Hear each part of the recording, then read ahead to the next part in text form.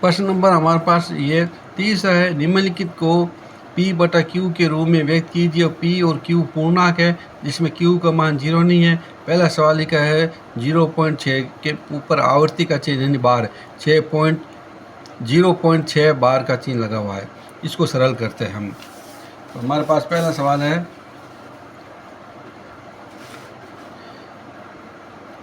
0.6 ऊपर आवर्ती का चिन्ह है।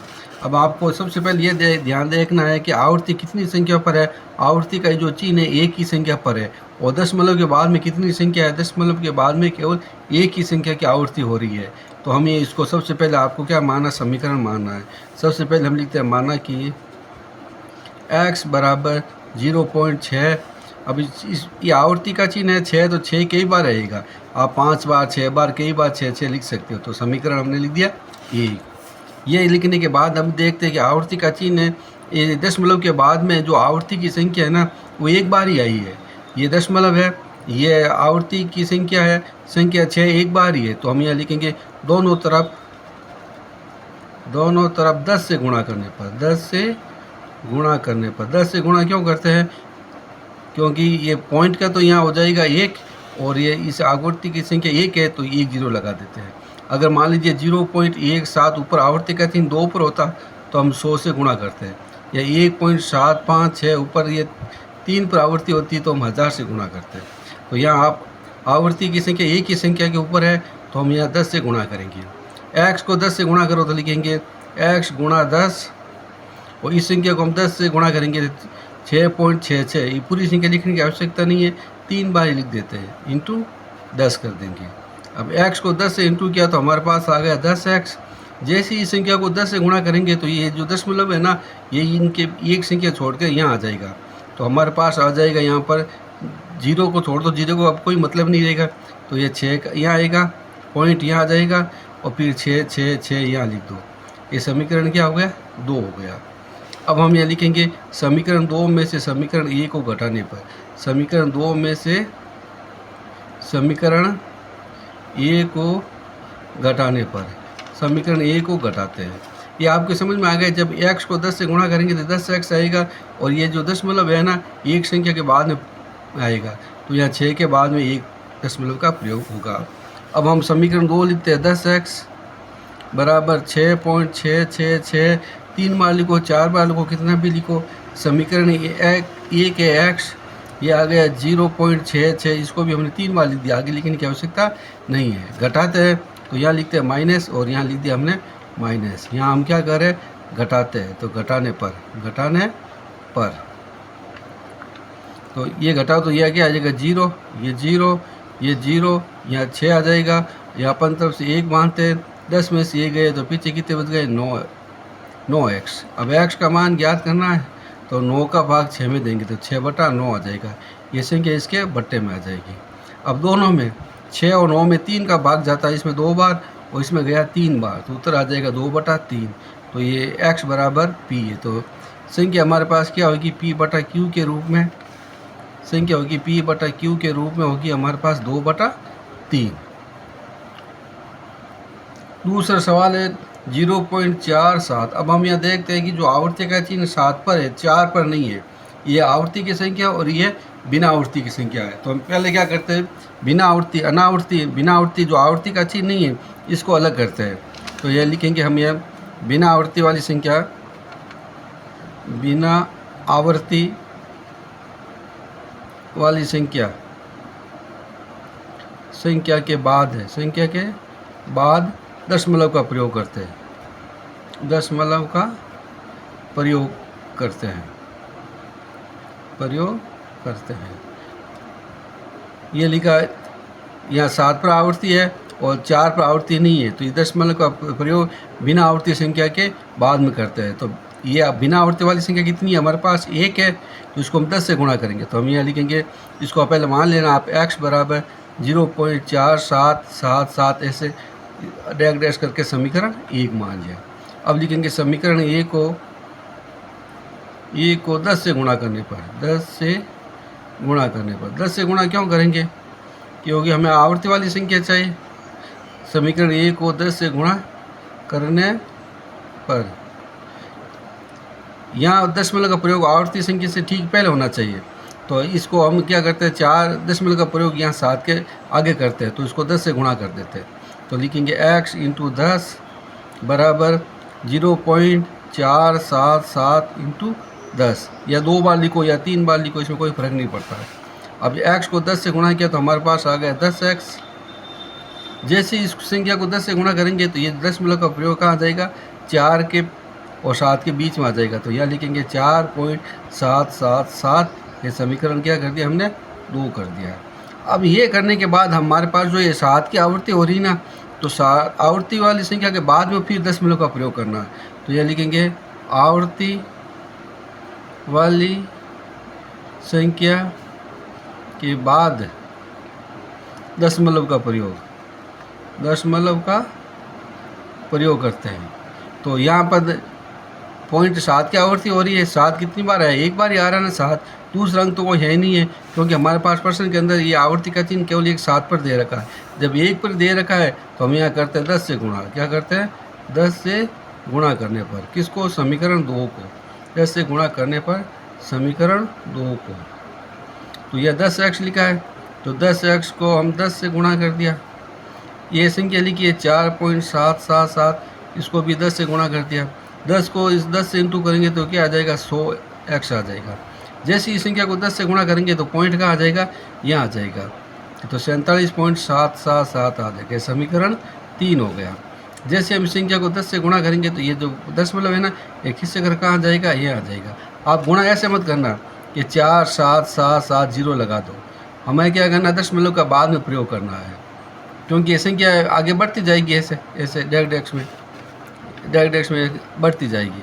समीकरण 3 में से 2 घटा दो, समीकरण 3 में से समीकरण 2 को घटाने पर तो हम ये लिखेंगे 100x बराबर 47.777, और समीकरण 2 आ गया हमारे पास ये 10x बराबर 4.777। अब लिखो घटाने पर, माइनस या माइनस हो जाएगा, 0 0 0 0 0 0 और ये 3 बच जाएगा यहाँ पर, और 4 का 4, ये दशमलव का प्रयोग दशमलव कर देंगे। 100 में से 10 गए, पीछे कितने बच गए, 90x। तो ये लिखा 90x। अब x का मान ज्ञात करना हमें, तो ये इसके बट्टे में आ जाएगा। तो यहाँ 43 है और 90 इसके क्या आ जाएगा, बट्टे में। तो 43/90। आपको क्या करना है, इस सवाल के अंदर ये जो आवर्ती वाली संख्या दे रखी है हमारे पास, पहले सवाल के अंदर अब आपको क्या करना, 0.7 दे रखा है, आवर्ती सी 7 पर है, तो पहले इस बिना आवर्ती वाली संख्या को अलग करना है। तो आपके पास 4.77 ऐसे आ जाएगा। फिर ये पॉइंट को इसके बाद में प्रयोग करना है, तो फिर 10 से गुणा करना है, फिर ऐसी संख्या आ जाएगी। अब हम अगला सवाल लेते हैं। हम यहाँ देखते हैं कि आवर्ती का चिन्ह है ना 3 संख्या ऊपर है, तो 1 2 3, जब 3 संख्या ऊपर है तो 1000 से गुणा करना पड़ेगा, 2 ऊपर होगा तो 100 से गुणा करना पड़ेगा, 1 होगा तो 10 से गुणा करना पड़ेगा। तो हम ये लिखते हैं, माना कि x बराबर 0.001 0.1, इसको समीकरण 1 मान लिया। अब आवर्ती के बाद संख्या 1 2 3 है, तो हम यहाँ लिखेंगे दोनों तरफ 1000 से गुणा करने पर, 1000 से गुणा करने पर, तो यह x को 1000 से गुणा करेंगे, x इंटू 1000। इस संख्या को भी 1000 से गुणा करेंगे, 0.001 इंटू 1000। अब x को 1000 से गुणा किया तो हमारे पास आएगा 1000x। जैसे इस संख्या को हम 1000 से गुणा करेंगे तो पॉइंट कहाँ आ जाएगा, यहाँ आ जाएगा। तो ये लिख दिया 1.001 समीकरण 2। अब ये आगे 0 है ना, तो अब ये 0 लिखो या नहीं लिखो कोई फ़र्क नहीं पड़ेगा। अब हम ये लिखेंगे समीकरण 2 में से समीकरण ए को घटाने पर, तो समीकरण 2 लिखेंगे यहाँ पर 1000x बराबर, या भी 0 है ना, 1 आगे कोई नहीं है तो मत लिखो आप, 0.01 0.1, और समीकरण 1 हमारे पास क्या आ गया, x, यहाँ लिखेंगे 0.001 0.1 घटाने पर, माइनस माइनस, 0.1 बराबर, अब 1000 में से बाकी निकाल दो 999 एक्स। अब एक्स का मान ज्ञात करना है तो 1/999। प्रश्न नंबर 4 है 0.999 को P/Q के रूप में लिखना है। इसे P/Q के रूप में लिखना है। तो देखो ये आवर्ती संख्या 9 की हो रही है, तो इसको हम ऐसे भी लिख सकते हैं 0.9, इसका मतलब 9 अंक की आवर्ती हो रही है ना। तो सबसे पहले हम लिखेंगे माना कि x बराबर 0.9999, ये समीकरण क्या हो गया 1। अब आप पता लगाओ कि इसको 10 से गुणा करना है, 100 से गुणा करना है, या 1000 से गुणा करना है। हमें क्या करना है कि ये जो दशमलव का प्रयोग है ना, ये दशमलव हमेशा इस आवर्ती संख्या के बाद में प्रयोग करना है। तो आवर्ती अंक 9 है, तो यहाँ 9 कितनी बार आया, एक बार ही है ना, क्योंकि 9 को हम अनेक बार लिख सकते हैं। तो यहाँ दशमलव के बाद आवर्ती का चिन्ह केवल 9 पर ही है, तो ये 9 अंक एक बार आया है। तो हम ये लिखेंगे समीकरण ए को एक बार आया है, तो समीकरण ए को 10 से गुणा करने पर, 10 से गुणा करने पर x को 10 से गुणा करो तो x इंटू 10। अब इस संख्या को 10 से गुणा करो 0.999 इंटू 10। अब आपको मालूम है इसको गुणा किया तो क्या आ गया, आपके पास 10x आ गया। अब जैसे इस 10 से इंटू करेंगे तो ये पॉइंट है ना, कहाँ आ जाएगा, ये यहाँ आ जाएगा। तो 9 आगे लिखेंगे 999 समीकरण 2। अब ये 0 लिखने की आवश्यकता नहीं है, चाहे तो लिख सकते हो 0 लगा दिया, फिर बाद में इसको हटा देते हैं।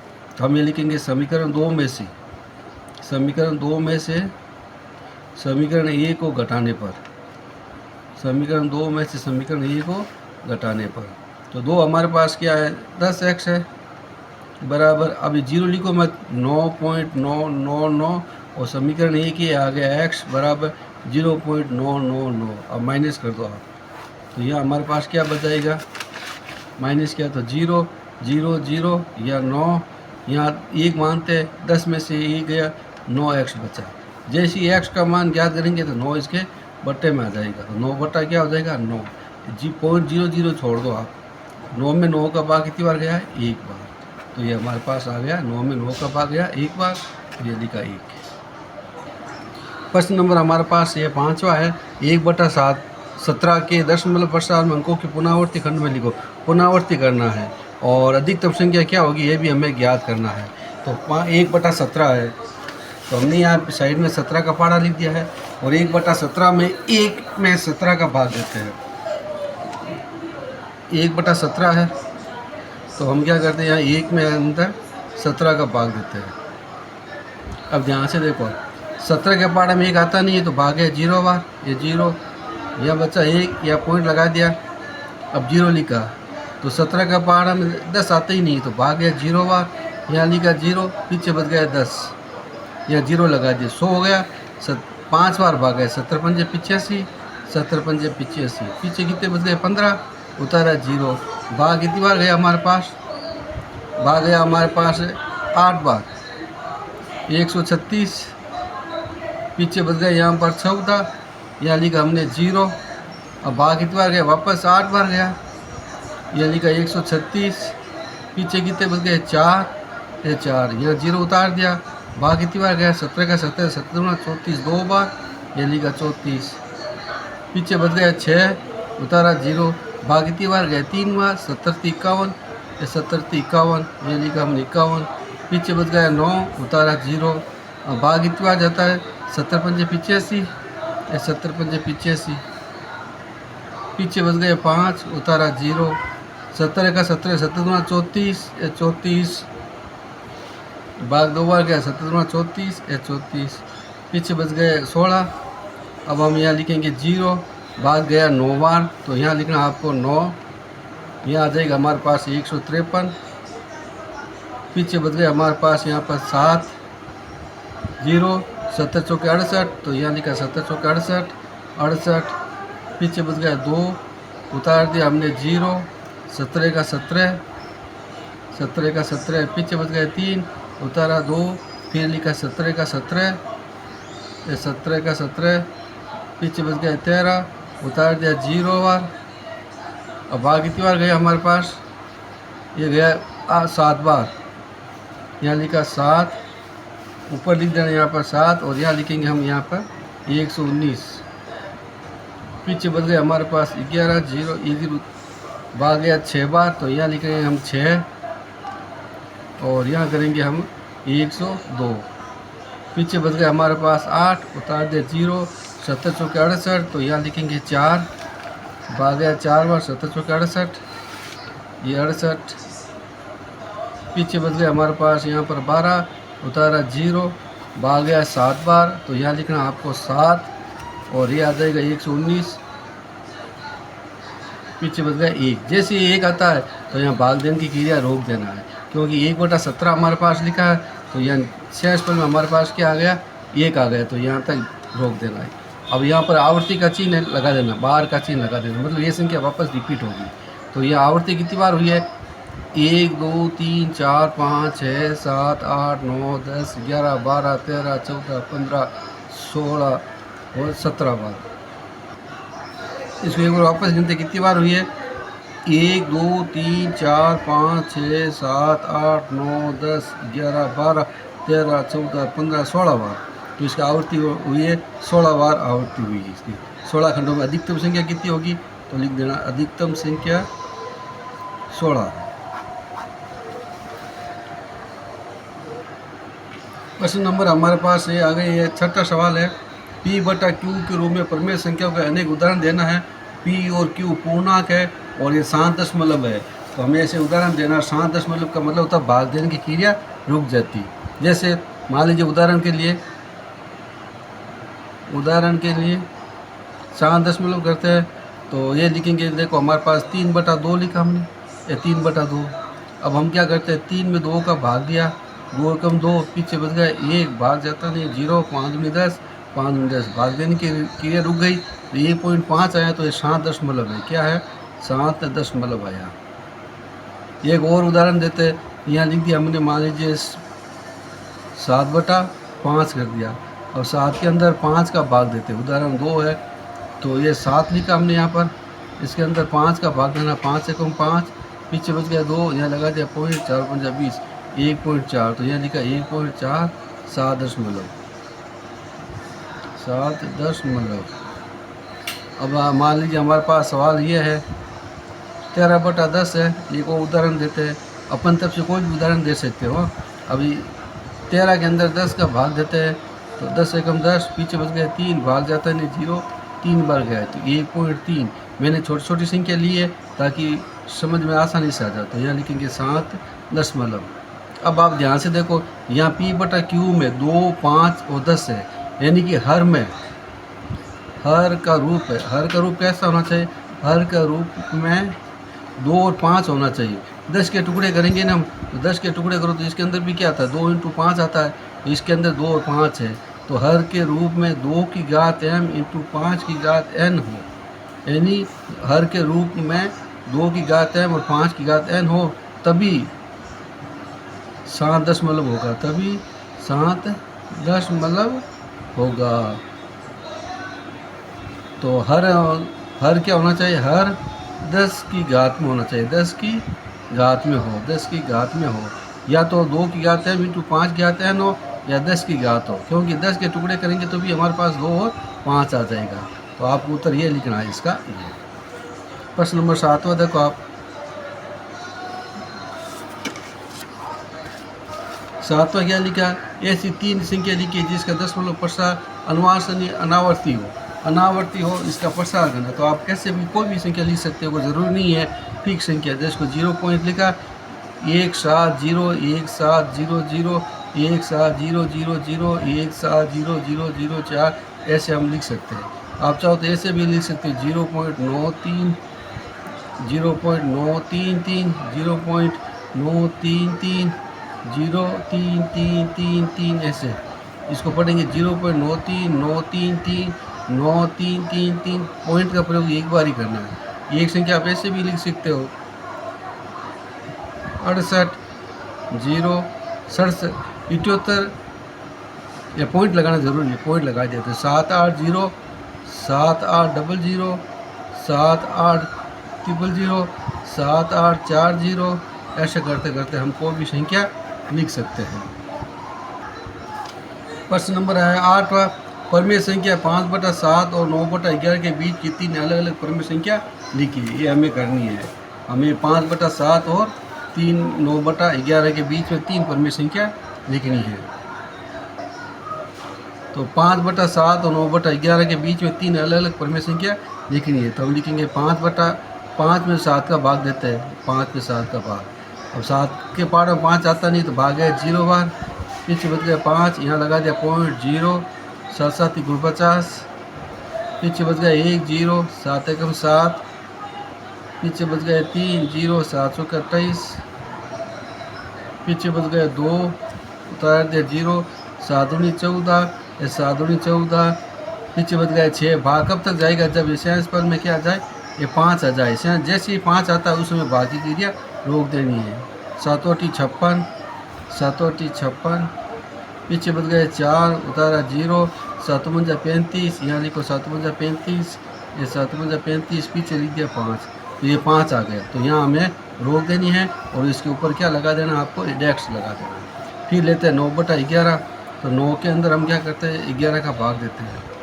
तो 11 के पारे में 9 आता नहीं तो भाग गया 0 बार, या 0 लिखा, फिर 9 गया, यहाँ लगा दिया पॉइंट, 11 8 88, 11 8 88, पीछे बच गया 2, भाग जाता नहीं 0, 11 का 11, पीछे बच गया 9, वापस 9 आ गया। तो ये 9 आ गया इधर, तो यहाँ भी 9 आ गया, तो बाकी क्रिया यहाँ रोक देनी है। अब यहाँ आपको क्या करना है, ऊपर आवर्ती का चिन्ह लगा देना है। अब इन दोनों संख्याओं के बीच की संख्या हमें लिखनी है। तो हम यहाँ क्या लिखेंगे, अतः 0.71425 और ये लिखेंगे 0. ये जो भागफल आया ना, ये संख्या आपको लिखनी है यहाँ पर 0.71425 और यहाँ क्या लिखा है हमारे पास 0.81, तो यहाँ लिखेंगे 0.18। अब इनके बीच में जो भी संख्या है वो आपको लिख देना। देखो अब संख्या लिखने का 3 परमेय संख्या लिखेंगे। 3 कैसे भी परमेय संख्या लिखो, 3 परमेय संख्या कौन कौन सी लिखनी है, इन दोनों के बीच में। तो हम ऐसा लिख सकते हैं, एक तो 71 आगे क्या आता है 72, तो 72 0, या पॉइंट लगा देना। तो 720 है, 720, वापस 7200, फिर 7230, फिर 7240, ऐसी संख्या लिख देना। आप चाहो तो ये भी संख्या लिख सकते हो। ये 81 से कम करना तो या 0.80, 800, 800, 840, ऐसे करके आप लिख सकते हो। आप ऐसे भी लिख सकते हो 0.75, 7500, 7530, ऐसे करते करते कोई भी संख्या आप लिख सकते हो। प्रश्न नंबर हमारे पास ये है 9वां सवाल, बताएं कि निम्नलिखित कौन सी संख्या परमेय संख्या है, कौन सी अपरमेय संख्या है। परमेय संख्या को P/Q के रूप में लिख सकते हो, अपरमेय संख्या को P/Q के रूप में नहीं लिख सकते। तो हमारे पास पहला सवाल है √23, तो हम यहाँ लिखेंगे √23। 23 देखो अभाज्य संख्या है, ये पूर्ण संख्या नहीं है, ये है पूर्ण वर्ग संख्या नहीं है, पूर्ण वर्ग संख्या नहीं है, अतः ये अपरमेय संख्या है। अतः ये क्या है, अपरमेय संख्या है। कैसे मालूम चलेगा, देखो 23 के बाद गुणनखंड करते हैं, 23 का भाग इसमें एक बार गया। अब वर्गमूल ज्ञात करने के लिए दो संख्याओं का दो जोड़ा समान होना चाहिए, तो यहाँ एक ही जोड़ा बनता है, तो इस कारण ये क्या है, अपरमेय संख्या है। दूसरा सवाल हमारे पास दे रखा है √225 है। अब 225 का हम अभाज्य गुणनखंड करते हैं। 3 का भाग दिया 7 या 21, 5 या 15, फिर 3 का भाग जाता है इसमें 25 बार, 5 का भाग जाता है 5 बार, 5 का भाग जाता है 1 बार। अब देखो वर्गमूल दो संख्या को एक जोड़ा होता है, तो यहाँ एक जोड़ा उतार दिया। ये दो संख्या को एक जोड़ा है, तो दो संख्या को एक जोड़ा उतार दिया। पीछे क्या बच गया 15। इस 15 को हम ऐसे लिख सकते हैं या करके 15/1, जो P/Q के रूप में है, जो P/Q के रूप में है, ये लिख दिया। तो लिख देना ये परमेय संख्या है, परमेय संख्या है। तीसरा सवाल देखो आप, तीसरा लिखा 0.3796। अब देखो आप इसको पॉइंट को हटाओगे तो पॉइंट का क्या आ जाएगा हमारे पास एक, फिर एक संख्या इसका 0, इसका 0, इसका 0, इसका 0। इसको P/Q के रूप में लिख सकते हैं, P/Q के रूप में है। तो ये क्या हो गई हमारे पास परमेय संख्या। तो यहाँ लिखेंगे ये है परमेय संख्या है। इसका अगला सवाल देखो हमारे पास क्या लिखा है। चौथा सवाल लिखा है 7.478478 आगे डैश डैश। ये रुकी हुई नहीं संख्या है, चलती है, निरंतर चल रही है, निरंतर चल रही है। तो ये हम लिखेंगे P बटा Q के रूप में नहीं है, P बटा Q के रूप में नहीं है।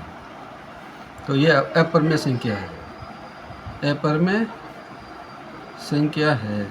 इसका पांचवा सवाल देखो। पांचवा भी क्या लिखा है 1.101 201 301 401 ऐसे बढ़ती जा रही है। तो आप ये ध्यान से देखोगे ना, ये भी निरंतर जारी है, निरंतर बढ़ रही है। तो ये P बटा Q के रूप में नहीं है, P बटा Q के रूप में नहीं है, P बटा Q के रूप में नहीं है। तो ये लिखेंगे अपरमेय संख्या है, अपरमेय संख्या है। वीडियो को आप लाइक करना है और कमेंट ज़रूर करना है, अपने दोस्तों को बताना है। धन्यवाद।